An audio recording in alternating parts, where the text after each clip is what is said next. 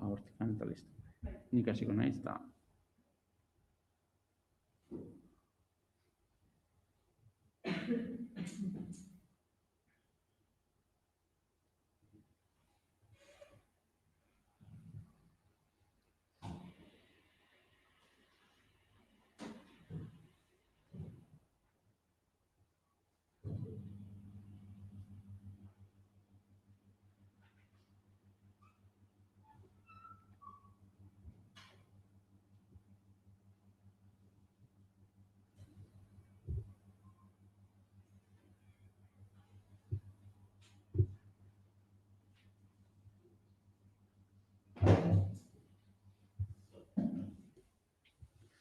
Kaixo, arratsaldeon, ongi etorria guztioi, bienvenidos, bienvenidas a todos a esta charla que empezamos ahora mismo, AECC Gipuzkoa minbiziaren aurkako elkartetik prestatu dugun hitzaldi hau.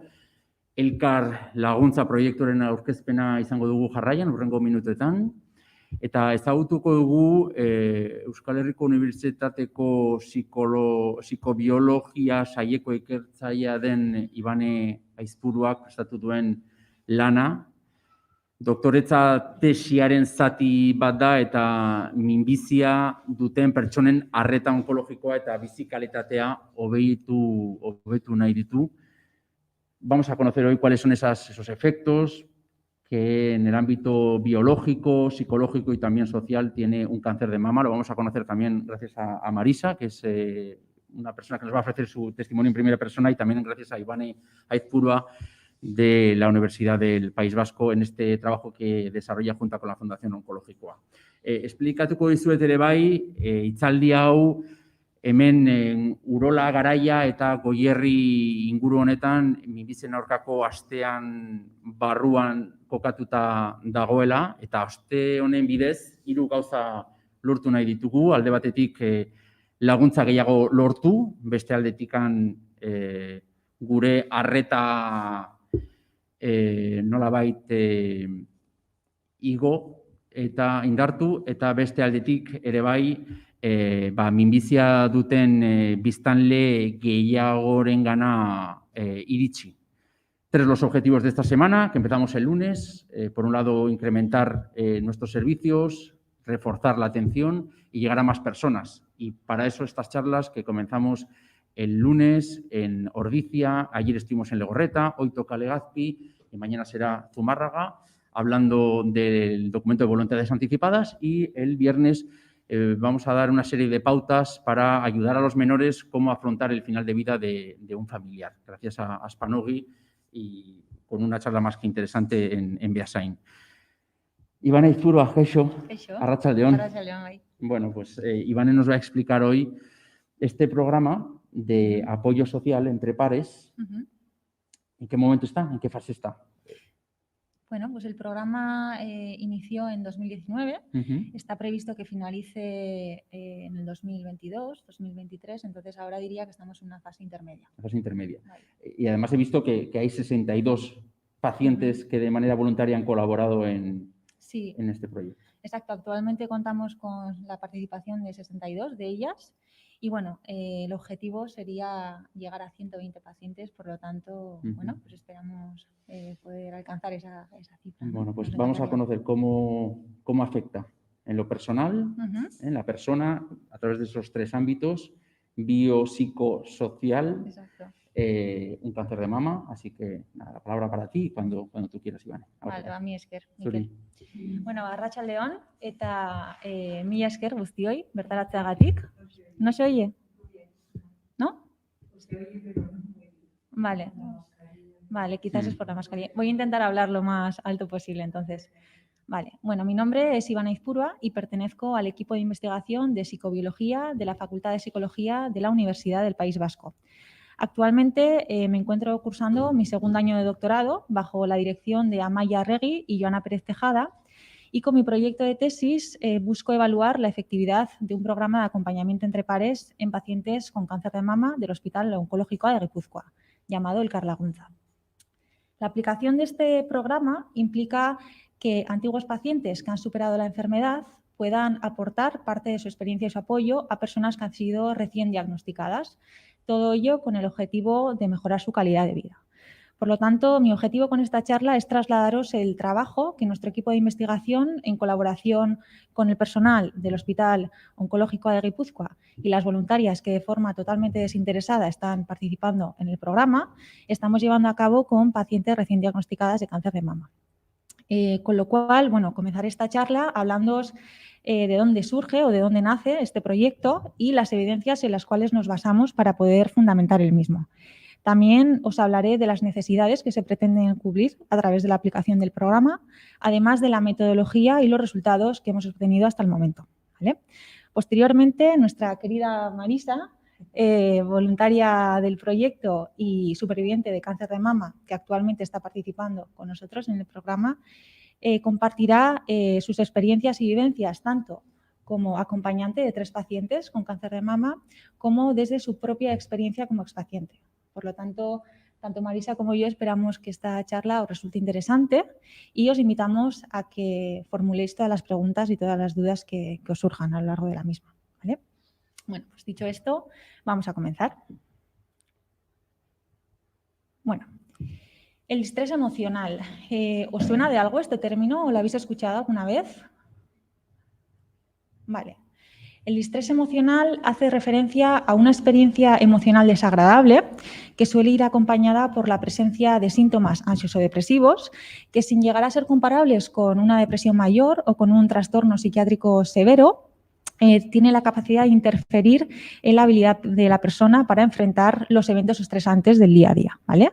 Actualmente sabemos que el estrés emocional constituye una respuesta común ante el diagnóstico de cáncer, que puede estar provocado por las percepciones que el propio paciente tiene sobre su enfermedad, por la incertidumbre que puede generarle pensar hacia el futuro, por los efectos secundarios del tratamiento o por la presencia de los sentimientos de estigmatización, aislamiento o culpa, entre otros. Los estudios actualmente nos muestran que aproximadamente 1/3 de los pacientes oncológicos presentan niveles de estrés clínicamente significativos asociados tanto con su diagnóstico como con su tratamiento médico. Y lo que es más preocupante, que estos niveles de estrés tienden a estar presentes tiempo después de haber finalizado el tratamiento, pudiendo interferir, por tanto, en aspectos tales como la supervivencia al cáncer, la recurrencia, la recuperación o la calidad de vida, entre otros. ¿Vale? Entonces, hasta este momento sabemos que la incidencia del estrés emocional es significativamente alto en los pacientes oncológicos, pero ¿sabemos qué factores biológicos pueden estar relacionados con su aparición o con su etiología? Bueno, actualmente sabemos que la disregulación inmune y en concreto la inflamación puede ser uno de los mecanismos que subyacen al desarrollo de la sintomatología ansioso-depresiva en pacientes con cáncer, ya que la inflamación provoca cambios neuroquímicos y conductuales relacionados con dichas patologías, ¿vale? Pero para entender mejor este aspecto os invito a que profundicemos un pelín más en la teoría inflamatoria de la depresión. Bueno, esta teoría postula que la inflamación crónica puede ser uno de los mecanismos o fisiopatológicos del trastorno depresivo, de la depresión. Todo comenzó hace unos 20 años cuando 2 autores llamados Smith y Maes observaron que los pacientes con depresiones clínicas graves, con depresiones clínicas severas, presentaban, digamos, concentraciones altas de ciertos marcadores inflamatorios y propusieron que la depresión podía estar relacionada con una respuesta inflamatoria de fase aguda. Sus investigaciones abrieron paso a otras muchas, mediante las cuales se ha podido comprobar que ciertas alteraciones en unas sustancias o unas proteínas llamadas citocinas, generadas a partir de la activación prolongada del sistema inmunitario, pueden generar ciertas influencias en el sistema nervioso central, provocando o contribuyendo en parte a la fisiopatología de la depresión, ¿vale? Por otro lado, también sabemos, aunque existen menos estudios al respecto, que existen ciertas alteraciones de estas citocinas también en ciertos trastornos de ansiedad. Con lo cual, esto reforzaría la idea de que tanto los síntomas depresivos como los síntomas ansiosos podrían estar relacionados con una activación de la respuesta inflamatoria, ¿vale? Entonces, por el momento lo que sabemos es que existen ciertas alteraciones de estas citocinas que podrían contribuir en parte a la fisiopatología de los trastornos ansioso-depresivos. Pero, ¿cómo lo hacen, no? ¿Qué mecanismos utilizan estas citocinas para, digamos, poder provocar, ¿no?, en parte, aunque sea, el desarrollo de estos síntomas, ¿no? Bueno, sin extenderme mucho en este aspecto, deciros que actualmente sabemos que existe más de un mecanismo por el cual un aumento de estas citocinas podría contribuir a la fisiopatología de los trastornos ansioso-depresivos. Uno es provocando cambios en los niveles de cortisol. ¿Y qué es el cortisol? El cortisol es una hormona que se libera como respuesta al estrés. Es decir, cuando nuestro cerebro prevé o percibe un agente estresante capaz de sacarlo de su equilibrio, como por ejemplo una mala noticia, como puede ser un diagnóstico de cáncer, se activa la respuesta del estrés, que no es otra cosa que un intento que nuestro organismo efectúa para poder restablecer su equilibrio. En este caso, el eslabón inicial de esta activación comienza en una estructura muy pequeñita que tenemos en el cerebro que se llama el hipotálamo, ¿vale? El hipotálamo se ocupa de producir distintas hormonas que regulan nuestras funciones vitales. En este caso, el hipotálamo segregaría una hormona llamada CRH o factor liberador de la corticotropina que viajaría hasta otra estructura de nuestro cerebro llamada la glándula pituitaria, que esta a su vez segregaría otra hormona muy pequeñita llamada ACTH o corticotropina para que a través del torrente sanguíneo active dos glándulas pequeñitas que tenemos encima de los riñones. Estas glándulas se llaman glándulas suprarrenales y son las encargadas de segregar el cortisol a todas las células de nuestro cuerpo, ¿vale? Bueno, ¿y cuál es la función de este cortisol? Bueno, el cortisol, digamos, que prepara al organismo para un gran gasto de energía, en concreto para la respuesta de lucha o huida, ¿vale? Porque, ¿cómo está nuestro cuerpo cuando nos sentimos estresados? ¿No? ¿Cómo está nuestro pulso cardíaco? ¿No? Nuestra respiración, ¿no? Es decir, tanto la presión sanguínea como el pulso cardíaco, como la respiración, se acelera. ¿Y para qué va a ser esto, no? ¿Cuál va a ser el objetivo de todo esto? Pues principalmente el movilizar, ¿no?, tanto el oxígeno como la glucosa almacenada en las células o en el hígado a los músculos de nuestro cuerpo que pueden estar luchando por salvarnos el pellejo. Claro, eso en el caso de que nos estemos enfrentando a un peligro real, ¿no?, a una amenaza física, ¿no? Pero claro, los peligros a los que nos enfrentamos en nuestro día a día, ¿diríais que son más físicos o psicológicos? ¿No? Más psicológicos, ¿verdad? Claro, el problema es que en términos biológicos nuestro cerebro reacciona de la misma forma ante el hecho de estar parado en un atasco de tráfico o al hecho de estar corriendo detrás de un león, ya que en ambos casos moviliza los mismos recursos hasta los tejidos que podrían estar necesitándolos, ¿no? Y podéis pensar, bueno, ¿y qué, no? ¿Y esto en qué me afecta a mí?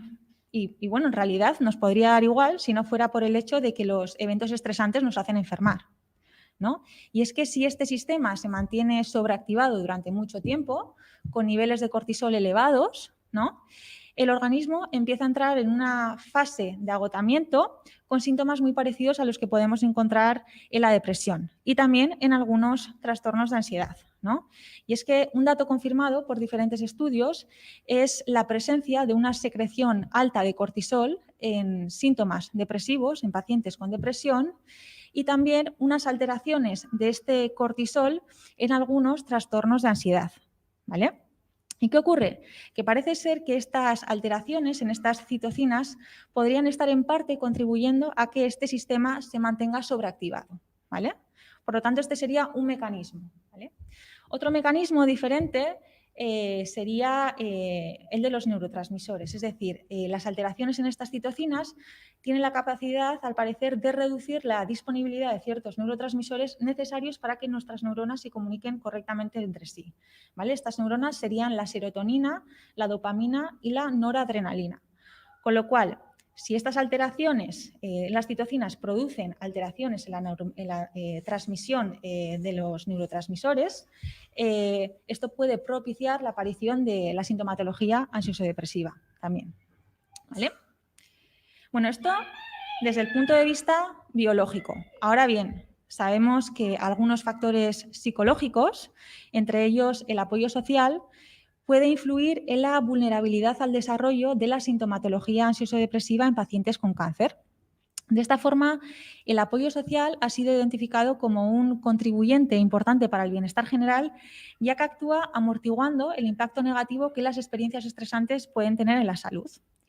Y desde los últimos años ha habido numerosas investigaciones que han relacionado bajos niveles de apoyo social con distintas alteraciones tanto físicas como psicológicas en diferentes poblaciones médicas. Y en concreto, en pacientes con cáncer se ha visto que aquellos que cuentan con menor apoyo social, con menores niveles de apoyo social, presentan con mayor frecuencia síntomas depresivos y a nivel biológico mayores niveles de cortisol y de ciertos marcadores inflamatorios.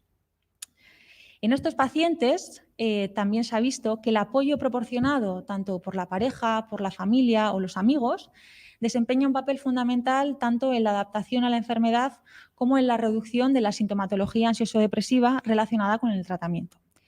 Sin embargo, algunas investigaciones apuntan a que algunas de las necesidades de estos pacientes, tales como afrontar la muerte, reducir el aislamiento o manejar la culpa, a menudo no quedan cubiertas, pudiendo repercutir en su estado de salud físico y mental y, en definitiva, en su calidad de vida. Y es por ello que aquellas personas que se han enfrentado a desafíos o a problemas similares pueden estar en la posición ideal para satisfacer las necesidades no cubiertas por el entorno social del paciente, ¿no? Ya que poseen un conocimiento auténtico de lo que es vivir con el cáncer y pueden ofrecer una perspectiva única al proceso de apoyo, ¿vale? Por este motivo, durante los últimos años han surgido distintos programas de apoyo social entre pares con el objetivo de satisfacer estas necesidades psicosociales de los pacientes. El apoyo social entre pares hace referencia al apoyo proporcionado o intercambiado por personas que se han enfrentado a los mismos desafíos o a los mismos problemas, ¿vale? Las investigaciones realizadas con estos programas han visto que los pacientes obtienen o manifiestan mejoras significativas tanto en el estado de ánimo como en su forma de enfrentarse a los problemas o a las vicisitudes de la vida, incluso en sus relaciones personales, y que también los pacientes tienen la sensación de sentirse mejor informados acerca tanto de su tratamiento como de su enfermedad, ¿vale? En relación a estos programas, podemos decir que existen distintas modalidades o distintos tipos de programas de apoyo social entre pares. Por un lado, tendríamos en formato one-to-one o el formato uno a uno, en el que participaría un voluntario o una voluntaria y un paciente, ¿vale? Y por el otro lado, tendríamos el formato grupal, ¿vale? En el que pueden participar varios voluntarios o varios pacientes. El formato one-to-one se puede realizar de forma tanto presencial como de forma telefónica.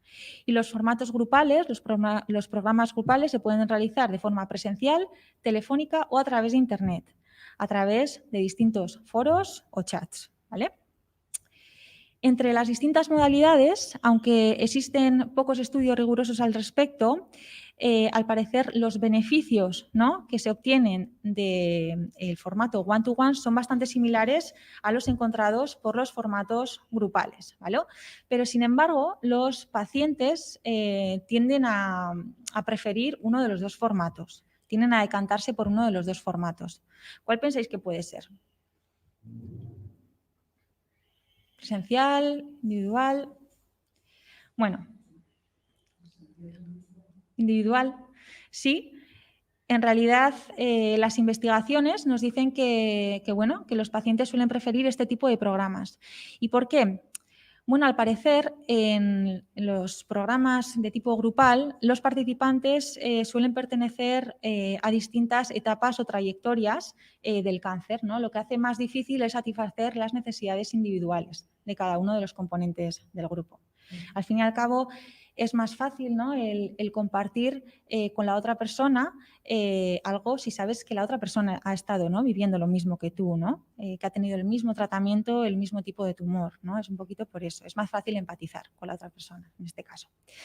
Bueno, y a pesar de los resultados positivos encontrados, ¿no?, tras la aplicación de estos programas de apoyo, hoy en día son todavía muchos los autores que afirman que las investigaciones realizadas en torno a estos programas todavía presentan importantes carencias.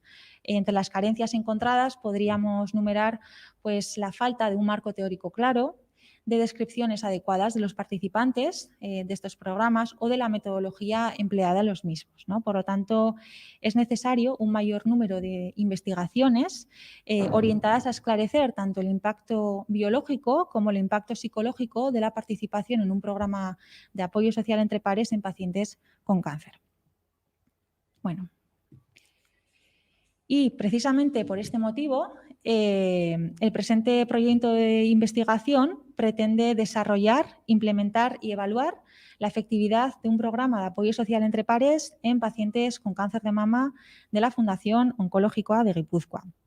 Concretamente, a través de este programa se pretende evaluar tanto el efecto inmediato como a largo plazo del programa sobre ciertas variables psicosociales, como son la sintomatología ansioso-depresiva, la calidad de vida, la percepción del apoyo social, el afrontamiento y la resiliencia de los pacientes a partir de cuestionarios autoadministrados.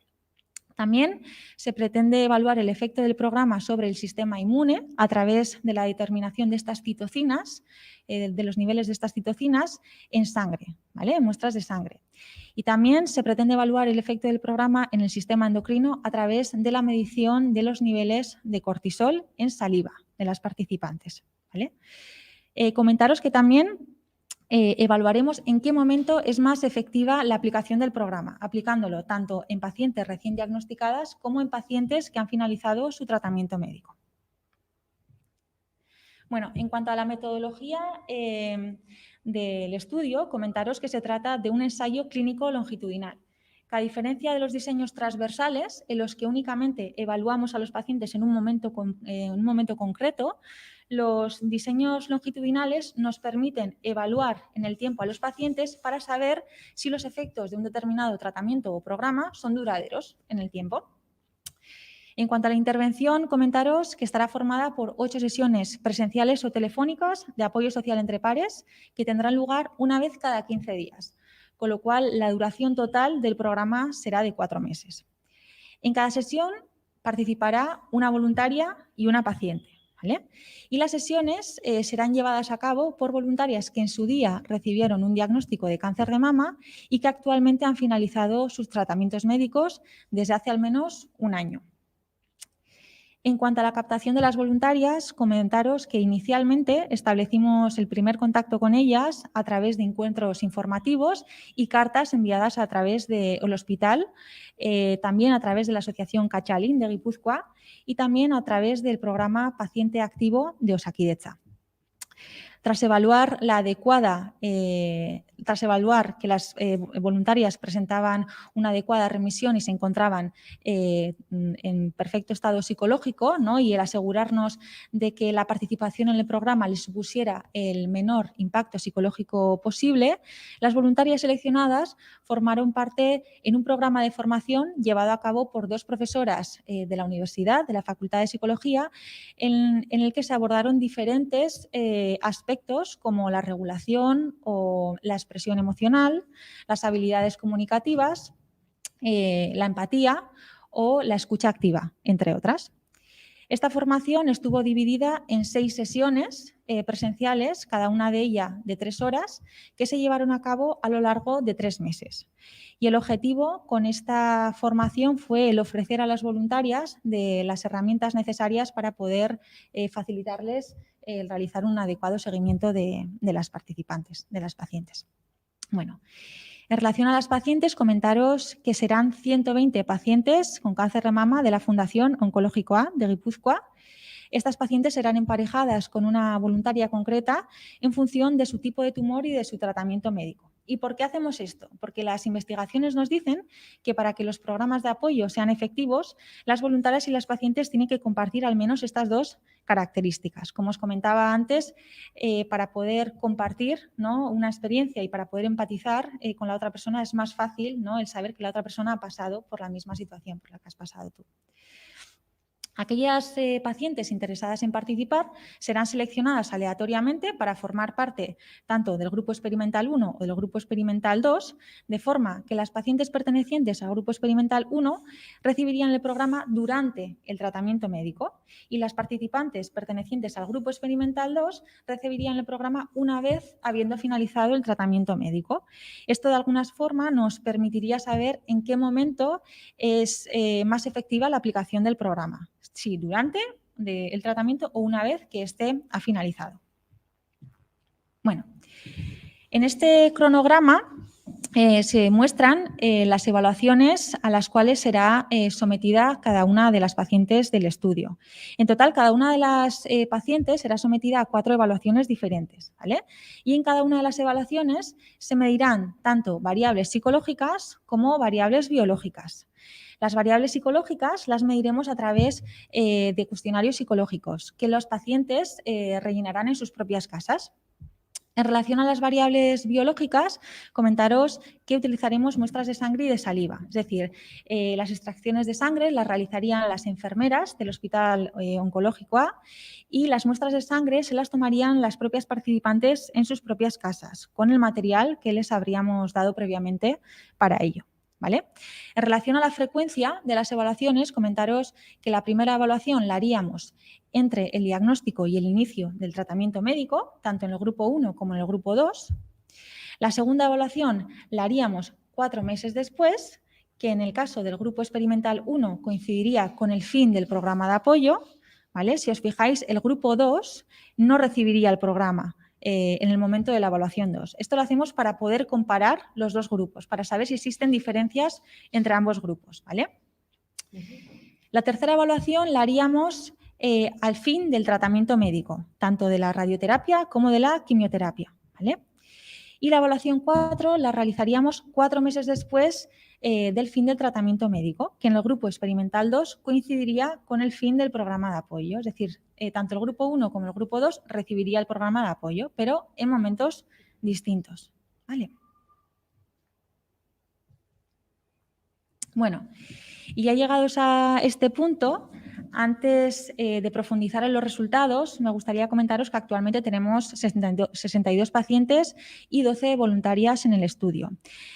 Todas las voluntarias del programa han recibido su formación y actualmente se encuentran realizando el seguimiento de las pacientes. ¿Vale? También deciros que el nivel de satisfacción con el programa de apoyo indicado por las pacientes es cercano al 90%, muy alto.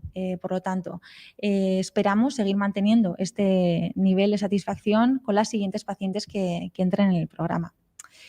En relación a la modalidad, comentaros que si bien las sesiones entre voluntarias y pacientes al inicio las realizábamos de forma presencial, la situación del COVID nos obligó a cambiar la modalidad y a realizarlas de forma telefónica o por videoconferencia, ¿no? Actualmente las seguimos haciendo de forma telefónica o por videoconferencia para garantizar la seguridad tanto de las voluntarias como de las participantes. De todas formas, las pacientes saben que si en algún momento sienten la urgencia o la necesidad de juntarse con sus voluntarias, pueden hacerlo siempre que nos lo comuniques a nosotras y nosotras podamos comunicarlo al hospital también, ¿vale? Bueno, en relación a los resultados encontrados, comentaros que, bueno, con el objetivo de conocer el perfil, tanto el perfil como la influencia psicológica del programa sobre 37 de las 62 participantes del estudio, hace unas semanas analizamos si el programa generaba diferencias en el afrontamiento al estrés de las participantes en función de si habían recibido el programa o no lo habían recibido. Y para ello tuvimos en cuenta 2 de las 4 evaluaciones que conforman este proyecto de tesis, ¿vale? Es decir, voy a volver atrás para que resulte más gráfico. Tuvimos en cuenta únicamente la evaluación 1 y la evaluación 2, ¿vale? La evaluación 3 y la evaluación 4 no la tuvimos en cuenta. Hicimos los análisis con estas 2 evaluaciones. Vale. Ahí. Bueno, En cuanto al perfil de las pacientes, ¿qué es lo que hemos visto? Bueno, la edad media de las participantes hemos visto que es bastante parecida, que no existen diferencias significativas, ya que en el grupo experimental 1 tiene una edad en torno a 53 años y en el grupo experimental 2 a 54 años, ¿vale? En relación al tratamiento recibido, comentaros que todas las participantes del programa han sido sometidas a una cirugía mamaria, que la mayoría de las veces ha sido de carácter conservador y en una menor medida ha sido una mastectomía, ¿vale? En relación también a los tratamientos, deciros que la mayoría de las pacientes ha recibido un tratamiento de radioterapia y de hormonoterapia y que en torno a la mitad de las pacientes ha recibido un tratamiento de quimioterapia, con porcentajes que oscilan entre el 40 y el 53%. En relación a los psicofármacos, comentaros que bueno, su utilización se limita al 25% en el caso del grupo experimental 1 y al 12% en el caso del grupo experimental 2. Con psicofármacos nos referimos principalmente a antidepresivos y ansiolíticos, ¿vale? Y bueno, en relación a la duración media de las sesiones, hemos visto que el grupo experimental 1 ha sido de 43 minutos, es decir, una duración media alta, teniendo en cuenta que desde el año pasado los encuentros los realizamos de forma telefónica o de forma virtual, ¿vale? En relación al afrontamiento psicológico de las participantes, ¿qué es lo que hemos encontrado? Hemos visto que aquellas participantes que recibieron el programa presentan una mayor utilización, es decir, utilizan más estrategias de afrontamiento adaptativas, como puede ser el humor, y utilizan menos estrategias de afrontamiento no adaptativas basadas en la negación. Es decir, utilizan más el humor para enfrentarse a los eventos estresantes del día a día y en menor medida la negación, ¿vale? ¿Y qué hemos visto en aquellas que no recibieron el programa de apoyo? Justo lo inverso. Aquellas que no recibieron el programa de apoyo hemos visto que tienen una tendencia mayor a utilizar la negación para enfrentarse a los problemas del día a día y en menor medida el humor, ¿vale? Con lo cual, tomando en cuenta todos estos resultados obtenidos hasta el momento, podemos decir que todas las pacientes de nuestra muestra, todas las pacientes que hemos utilizado para realizar estos análisis, que serían 37, han recibido una cirugía de mama que la mayoría de las veces ha sido de carácter conservador y en menor medida ha sido una mastectomía, y que el tratamiento adyuvante ha estado principalmente compuesto por la radioterapia y la hormonoterapia. En relación al programa, comentaros que la duración media de las sesiones, como hemos dicho, fue media o alta, ¿vale? Y que ninguna de las pacientes del grupo experimental 1 abandonó el programa tras su inicio, lo que es un indicador no importante de la correcta adhesión de las pacientes al programa de apoyo, ¿no? Y de esta forma de la calidad del mismo. En relación a los resultados obtenidos hasta el momento, comentaros que bueno, el programa de apoyo social, el Carlagunza, hemos visto que ha resultado efectivo para aumentar las estrategias de afrontamiento adaptativas al estrés, en este caso como el humor, y para reducir las no adaptativas al estrés basadas en la negación, ¿vale? Y bueno, aunque existen pocos estudios al respecto, hay autores que demuestran que un mayor uso del humor para afrontarse al estrés y un menor uso de la negación podría, de alguna forma, ayudar a prevenir la aparición del estrés emocional en las pacientes con cáncer de mama, ¿vale? Por lo tanto, podemos decir que los programas de apoyo social entre pares pueden ayudar a reducir o amortiguar el impacto negativo que las experiencias adversas o que las experiencias estresantes pueden tener en la salud de las pacientes, ¿no? Fomentando, en este caso, estrategias de afrontamiento adaptativas al estrés como el humor y reduciendo aquellas que no son adaptativas, como la negación, ¿vale? Bueno, y para finalizar, comentaros que este proyecto de tesis se enmarca dentro de un proyecto más grande en el que se incluirán otras variables biopsicosociales no tenidas en cuenta para el mismo, ¿vale? En concreto, las variables psicológicas que se medirán serán características de la personalidad, sintomatología ansioso-depresiva, afrontamiento al estrés, la percepción de la enfermedad, la calidad de vida, la resiliencia, la regulación emocional, la percepción del apoyo social y la satisfacción con el programa de apoyo. En relación a las variables biológicas, comentaros que las variables que se medirán a través de las muestras de sangre serán las citocinas pro y antiinflamatorias, la actividad monoaminérgica y la actividad de una enzima llamada IDO, ¿vale? Principalmente relacionada con la serotonina. En saliva, comentaros que además de los niveles de cortisol, también se medirán los niveles de progesterona de las pacientes. Y bueno, también deciros que a lo largo de los siguientes 2 o 3 años esperamos extender nuestra muestra a 120 pacientes. Y bueno, también finalizar diciendo que bueno, a través de la implementación de este programa esperamos sobre todo aumentar los beneficios clínicos obtenidos por las pacientes, que sobre todo hacen referencia a la supervivencia, al control de sus síntomas y a la disminución del impacto del tratamiento en sus vidas, en su calidad de vida. Y bueno, por mi parte, esto sería todo. Le voy a ceder la palabra ahora a Marisa. Y bueno, cuando quieras. Muy bien, es que ricasco, Ivane. Bueno, lo primero, darle las gracias a Ivane por haberme invitado aquí a conoceros y a que conozcáis un poco la experiencia mía como paciente y sobre todo como acompañadora o acompañante de pacientes. Y bueno, y deciros y sobre todo felicitar a Ivane y comentaros que es un programa y un proyecto maravilloso y muy bueno. Bueno, yo soy Marisa Arriola, ahora este año hago 60 años y hace 8 años en el 2013, tuve un diagnóstico de cáncer de mama bastante complejo porque era un cáncer de mama que supone el 15% de los cánceres de mama que se identifican, que se diagnostican. Y es un tipo de cáncer de mama muy agresivo, muy metastásico y que tiene muy pocos fármacos para poderlo curar, porque al ser tan pequeño el porcentaje de mujeres que lo tenemos, pues es más complejo.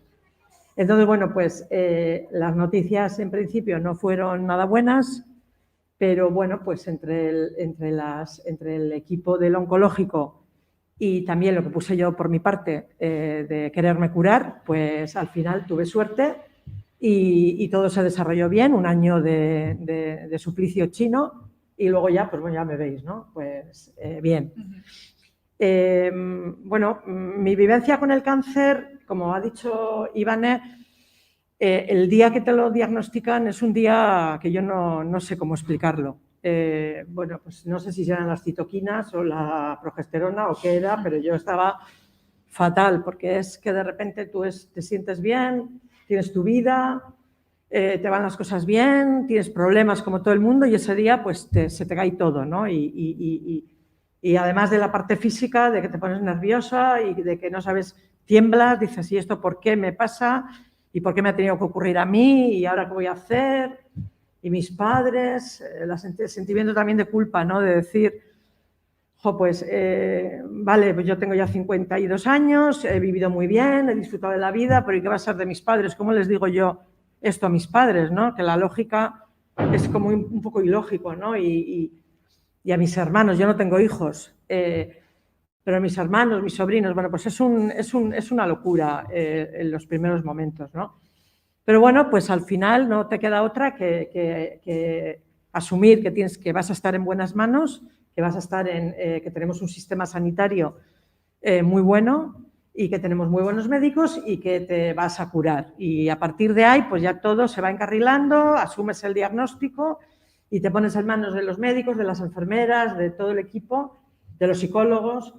Y bueno, y poco a poco pues vas entrando en el proceso de curación y casi sin darte cuenta, aunque sufres mucho, porque se sufre mucho, no sé si algunas de las que estáis aquí habéis tenido cáncer, pero yo pasé por la quimioterapia, pasé por la radioterapia, lo pasé muy mal, casi no me acuerdo de lo mal que lo pasé, pero lo que me acuerdo es que lo he superado y en el camino he aprendido muchas cosas, he conocido a muchas personas y para mí ha sido una prueba de vida muy importante, ¿no?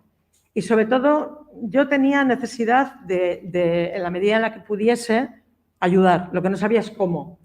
Y en ese momento apareció en el oncológico, aparecieron dos proyectos. El proyecto de crear un comité de pacientes que, aunque ya estábamos pasando la enfermedad, teníamos un buen diagnóstico de pacientes que no sé por qué nos seleccionaron, hombres y mujeres, para crear un comité en el que los pacientes tuviésemos voz y tuviésemos voto, por lo menos voz, para representar a los pacientes, hombres y mujeres de cáncer de mama. Y hacer que en el oncológico, y ahora en Osakidetza, pues tuviésemos voz, ¿no? Pudiésemos opinar, pudiésemos ayudar, pudiésemos recomendar. Y bueno, pues se creó en el oncológico, en la dirección general, pues una unidad o un comité de pacientes en el que ya llevamos, yo ya llevo como 5 años, o 5 o 6 años ya llevamos. Y la verdad es que es una aventura muy interesante porque lo que estamos ahí es para intentar ayudar, ¿no? Y bueno, pues mejorar las instalaciones. Como hemos sido pacientes y sabemos lo que hemos pasado, pues desde que las salas sean unas salas adecuadas, de que se cuide la privacidad, de que haya espacios cuando vas a hacerte la quimioterapia, pues que sean agradables para desde hacer punto o estar con el ordenador, a estar con tu madre o con tu pareja o con tu marido charlando. Bueno, pues muchas cosas que a lo largo de estos años hemos ido haciendo. Y bueno, yo me sentí muy orgullosa cuando a mí me seleccionaron y me invitaron a entrar en el programa de comité de pacientes. Y luego vino Joana y Ivane, y no sé por qué también, pues me seleccionaron o me invitaron a participar en este programa de acompañamiento. Para mí, los dos proyectos a mí me encantan, me parece que son una innovación, me parece que es un reto y, sobre todo, me aportan mucho personalmente, porque el cáncer es algo que lo tienes siempre en la cabeza, ¿no? Porque ahora te has librado, pero ¿quién te dice que mañana no puedas estar? Entonces, el hecho de poder ayudar, de implicarte, de conocer el mundo del cáncer, de saber, de no hablar, la mayoría, hay muchas pacientes de cáncer, hombres y mujeres, pero sobre todo yo lo veo en mujeres, que cuando les diagnostican un cáncer no quieren saber nada, ni el tipo de diagnóstico que tienen, ni cómo, les da miedo y es totalmente respetable. A mí me pasó lo contrario, a mí el mundo del cáncer no es que me guste, es decir, tener cáncer es una mala noticia, pero todo lo que significa el cáncer, los tratamientos, la curación, el entender bien lo que te pasa, el saber dónde tienes los riesgos, pues a mí me parece que esa información, en vez de darme miedo, me da como más seguridad. No todo el mundo lo asume así, pero yo, bueno, siempre he sido muy curiosa y bueno, y además, previamente a yo tener cáncer, 2 de mis mejores amigas y una compañera de trabajo tuvo cáncer y nunca me dio miedo a estar con ellas, a ayudarlas, a entender qué es lo que les pasaba, ¿no? Entonces, bueno, para mí el hecho de haber participado y seguir participando en estos dos proyectos, pues a nivel personal me aporta muchísimo, porque bueno, pues porque conoces, yo soy una persona muy extrovertida, soy muy curiosa, y yo creo que el hecho de no tener hijos, dicen que a quien Dios no le da hijos, el diablo le da sobrinos. Pues a mí, además de los sobrinos, me da que me gusta intentar ayudar en este caso, a pacientes con cáncer, ¿no? Y bueno, pues yo estoy muy contenta tanto con mi actividad en el comité de pacientes y sobre todo en el acompañamiento. Sí que es cierto que esta época del coronavirus, a mí de las 3 pacientes con las que he estado, pues con la primera sí que tuvimos una relación física muy, muy importante y muy intensa. Y ahora con las otras 2 pacientes, pues ha sido más telefónica por videoconferencia, pero sobre todo ha sido ha sido una experiencia muy buena, ¿no? Bueno, eso es en cuanto a mí, eso es lo que os quería comentar. También estoy muy implicada con el cáncer porque yo trabajo apoyando a personas, a emprendedores y a emprendedoras a crear empresas. Y una de las iniciativas que tenemos en San Sebastián, en el Parque Tecnológico, es ayudar a emprendedores y a emprendedoras a crear empresas en el ámbito de la salud. Y hay 2 o 3 compañías pequeñitas, empresas recién creadas, que están desarrollando fármacos para el cáncer de mama. Y a mí eso me trae loca de contenta. O sea, pensar que haya investigadores, personas jóvenes, personas que llevan ya años investigando y trabajando en la universidad y que son capaces de desarrollar nuevas terapias para curar el cáncer de mama y sobre todo el cáncer de mama metastásico, bueno, me parece impresionante. Entonces, bueno, me encanta, o sea, veis que me gusta, o sea, que me gusta el tema, ¿no? Eso en cuanto a mí, personalmente. Y luego yo me quería centrar un poco en cómo vivo y cómo vivimos en la experiencia de acompañamiento a pacientes, ¿no? Entonces, bueno, a mí ya os digo que de entrada fue un proyecto que me motivó mucho. Me pareció un proyecto muy bien enfocado, muy profesional, muy bien estructurado. A mí, Joana y Ivane, me parecen 2 profesionales magníficas. Me da orgullo poder trabajar con ellas y que haya personas como ellas que estén ayudando tanto a la curación y a las personas que tienen problemas y que tenemos que pasar por enfermedades como la del cáncer. Eso me parece, con lo cual, bueno, nunca os estaré siempre eternamente agradecida. Y luego, a mí, el proceso de acompañamiento me ha ayudado mucho. Me ha ayudado mucho porque yo lo que pienso y sigo pensando es lo bien que me hubiese venido a mí haber tenido una persona que me hubiese ayudado y me hubiese contado las cosas que yo creo que les cuento a las pacientes, ¿no?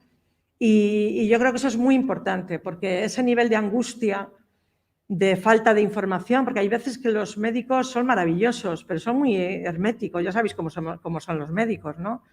A veces, igual por no agobiarte o por no darte, o porque piensan que no se van a saber explicar o porque no quieren explicarlo, pues te dicen, sí, tienes cáncer, es diagnóstico de cáncer. Tú no te preocupes, te van a dar una quimio y vas a tal y no sé qué. Pero sí, pero ¿por qué? ¿Y qué tipo de cáncer? Es que cada cáncer es un caso único. O sea, mi cáncer no tiene nada que ver con el de otra persona. Incluso teniendo el mismo diagnóstico de cáncer, como tuve yo, el triple negativo, hay otras mujeres con triple negativo que tienen un cáncer en diferentes fases, con diferentes características y todas necesitamos respuestas. Las personas necesitamos, para sentirnos un poco más seguras, necesitamos que nos hablen, ¿no? Y yo en ese sentido, pues el proceso de acompañamiento me parece fundamental y me hubiese gustado a mí haberlo tenido, ¿no? Es un proceso que yo lo he vivido de una manera pues muy agradable, porque en el fondo el día que conoces a las pacientes, pues bueno, empiezas a hablar. ¿Y tú quién eres? ¿Y qué te ha pasado? ¿Y cómo cómo estás?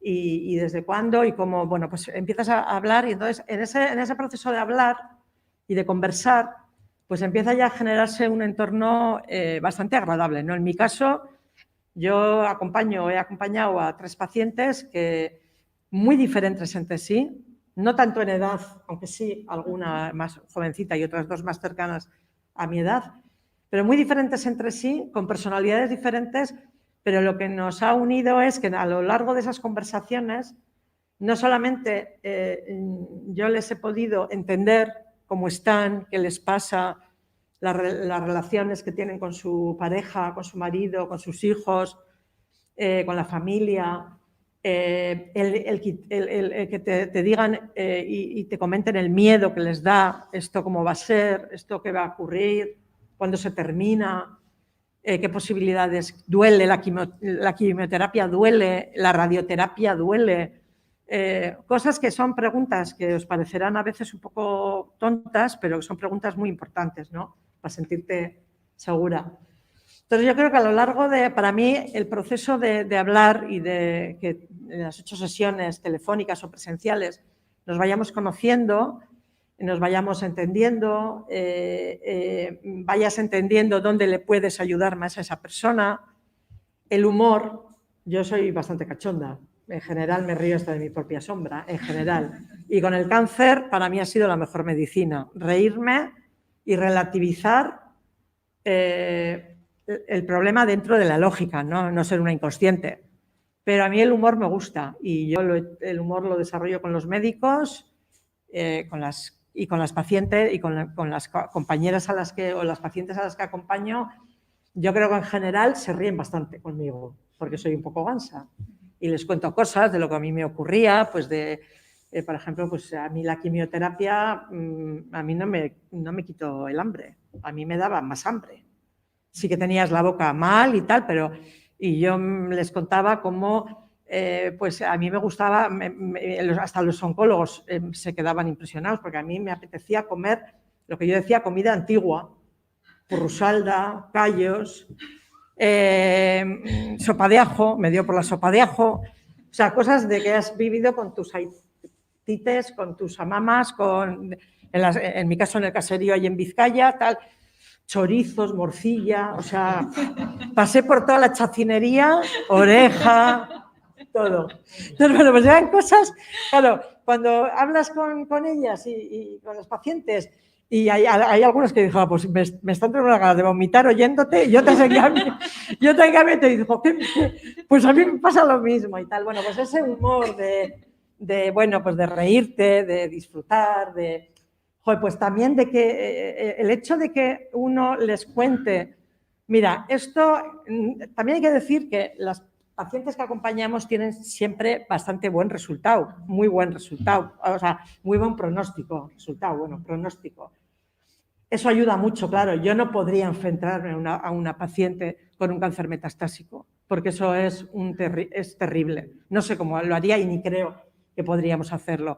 Pero como estás acompañando a personas que tienen un diagnóstico bueno, pues yo lo que he intentado siempre es objetivar por fases, ¿no? Mira, te va a pasar esto y te va a pasar esto y además te va a pasar así, casi así y tal.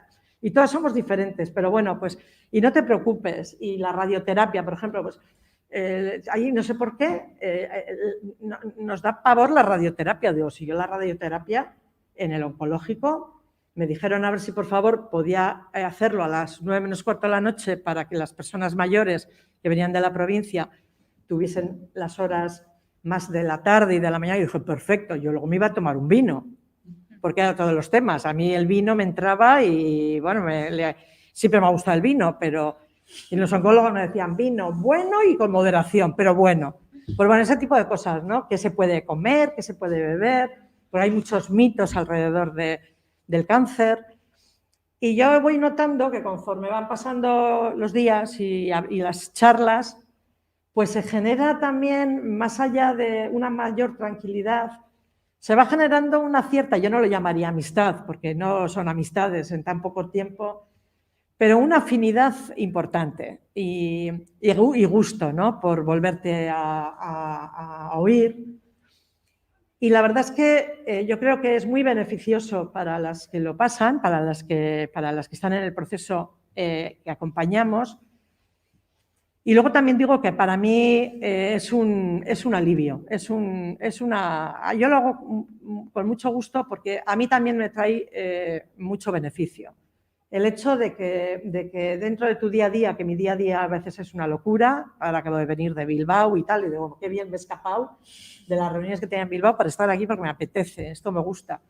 Entonces, a mí me ha venido muy bien este proceso de acompañamiento porque también sentir que ayudas, que objetivizas, o sea, que pones los puntos sobre las i, sobre lo que a ti te ha pasado y lo que crees que le puede pasar a tu compañera, y que les ves que efectivamente que están mejor, que están más contentas, pues eso te da una gran satisfacción, ¿no? Y a mí me revuelve muchas veces, no es fácil, porque lo mejor es olvidarte del cáncer. Me revuelve el hablar con ellas, ¿no? Porque, por muchas cosas. Pero creo que en la balanza es muy positivo. A mí me satisface, me pone contenta. Creo que genero muchísimas endorfinas de esas o elementos que me hacen que, bueno, pues que esté más contenta, ¿no? Y sobre todo porque, por ejemplo, esta semana con mi segunda acompañante, que había ido al oncológico, ha pasado todo el proceso, está muy bien, que es de Eibar, además, una chica de Eibar, ha pasado todo el proceso y fue al oncológico a hacerse la mamografía de seguimiento, porque está muy bien, ya la han dado de alta.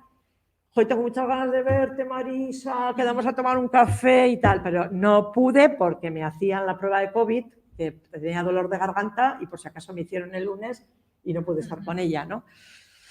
Pero bueno, pues es un proceso que yo diría que ya me gustaría haberlo tenido a mí, porque te deja más tranquila, te pone, empiezas a entender tu caso oyendo a los demás y todas las preguntas que muchas veces tenemos sobre el cáncer y sobre lo que nos pasa, pues nos ayudan a entenderlo los que lo han pasado, como decía Ivane. Y yo creo que, bueno, pues no sé, a mí me parece, yo también diría una cosa importantísima, ¿eh? Cuando el Oncológico y la Universidad del País Vasco se plantean hacer este proyecto, lógicamente se plantean, y Ivane, que es la base de su doctorado, se plantean hacerlo de una manera muy profesional, científica y además probada, que es lo que están ahora experimentando, ¿no? Experimentando y midiendo. Yo me he sentido muy tranquila porque sé que las que acompañamos a pacientes no somos ni psicólogos, ni terapeutas, ni psiquiatras, no, somos expacientes o pacientes que hemos ido. Entonces, nos exponemos a unos riesgos que son mínimos. Bueno, a lo que tú quieras, ¿no? Es algo que te apetece hacer o que quieres hacer o que te da más o menos pereza hacer, pero que está el proceso muy controlado. Los profesionales son ellos, los que saben lo que están haciendo y el beneficio y los resultados que hay que obtener son ellos. Con lo cual, también estar en manos de profesionales como Ivane, como Joana y como el equipo del oncológico, pues sobre todo ellas, a mí me da unas garantías totales de que lo que estamos haciendo lo podemos hacer y es beneficioso. Porque vuelvo a repetir, nosotros no somos psicólogos, ni terapeutas, ni psiquiatras. Entonces, acompañamos, intentamos relajar el nivel de ansiedad que todas tenemos cuando nos dan un diagnóstico y sobre todo cuando estamos en tratamiento. Intentamos informarles y generar en las personas que están pasando el proceso pues un cierto bienestar, una cierta alegría, un poco de buen humor y que eso, pues como decía Ivane, ¿no? Que se traduzca en buenos resultados y en que verdaderamente pues, los acompañamientos son positivos para los pacientes, ¿no? Y bueno, es que el cáncer hay que vivirlo así. Es un proceso muy complicado, muy doloroso, pero del cáncer se sale y del cáncer hay que salir con alegría y con humor en la medida en la que se pueda, que no siempre es así. Pero bueno, pues es ponerle ese punto de positividad y de buen humor y de ganas de vivir y de ganarte la salud, pues es fundamental, ¿no? En mi caso, desde luego, yo creo que esa parte sí que la he vivido. Y bueno, pues nada, volver a dar las gracias a Ivane y a todo el equipo. Y nada, si tenéis preguntas que me queráis hacer, pues... Pero creo, Ivane, que esa es mi experiencia y llevo acompañando a 3 pacientes. Pero yo creo que estamos todos muy contentos. Nosotras, pues encantadas de tenerlas, ¿no? Porque son una garantía, ¿no? De que las pacientes pues están bien acompañadas, ¿no? Y es lo que nos devuelven también las pacientes, ¿no? Que les ayuda, que el programa les ayuda y que el estar con ellas en las sesiones pues es beneficioso, ¿no? Y con eso nos quedamos. Así que nada, muchas gracias Marisa por haber venido, por haber compartido tu experiencia con nosotros. A ti y a la Asociación de Cáncer de Mama, bueno, de Cáncer de Guipúzcoa. Sí, agradecer a la asociación el habernos invitado y bueno, y a los aquí presentes, ¿no? Que hayáis venido y que hayáis atendido esta charla. Y bueno, si queréis hacer alguna pregunta, tenéis alguna duda, pues encantadas de responderos. Bueno, una pregunta. El tema de los grupos, ¿cómo está? ¿Cómo el apoyo en grupo? Porque había 2 formatos, ¿no? El one-to-one y el grupo, ¿no? ¿Estáis llegando en grupo? ¿Estáis llegando a un grupo? No, en estos momentos no estamos llevando ningún grupo, pero sí que, bueno, teníamos previsto antes de la pandemia el iniciar, ¿no?, un nuevo proyecto llamado Partecatus, en el cual participarán 1 o 2 voluntarios de distintos tipos de cáncer con distintos pacientes, ¿no?, derivados también de distintos tipos de cáncer. Entonces, bueno, la idea era haberlo puesto en marcha el año pasado. Desgraciadamente, por motivos del COVID no pudimos hacerlo, pero la intención es el poder ponerlo en marcha, ¿no? Si no es este año, pues a inicios del año que viene. Estamos pensando en cómo poder hacerlo, ¿no?, siempre y cuando pues la situación actual nos lo permita. Sí, sí.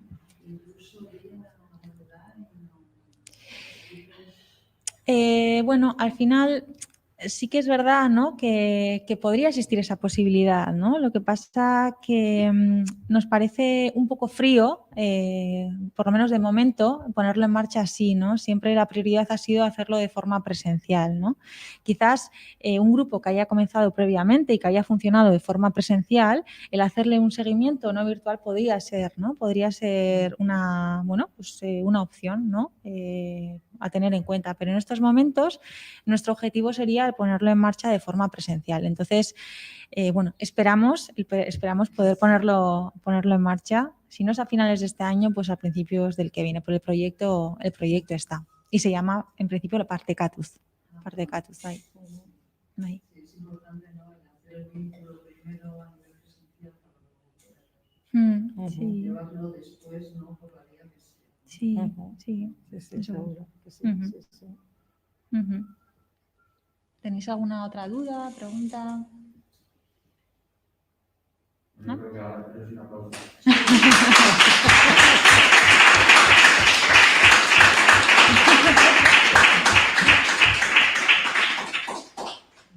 Muy bien. A mí, Esker. Muy bien, Esther. Ujú. Muy bien.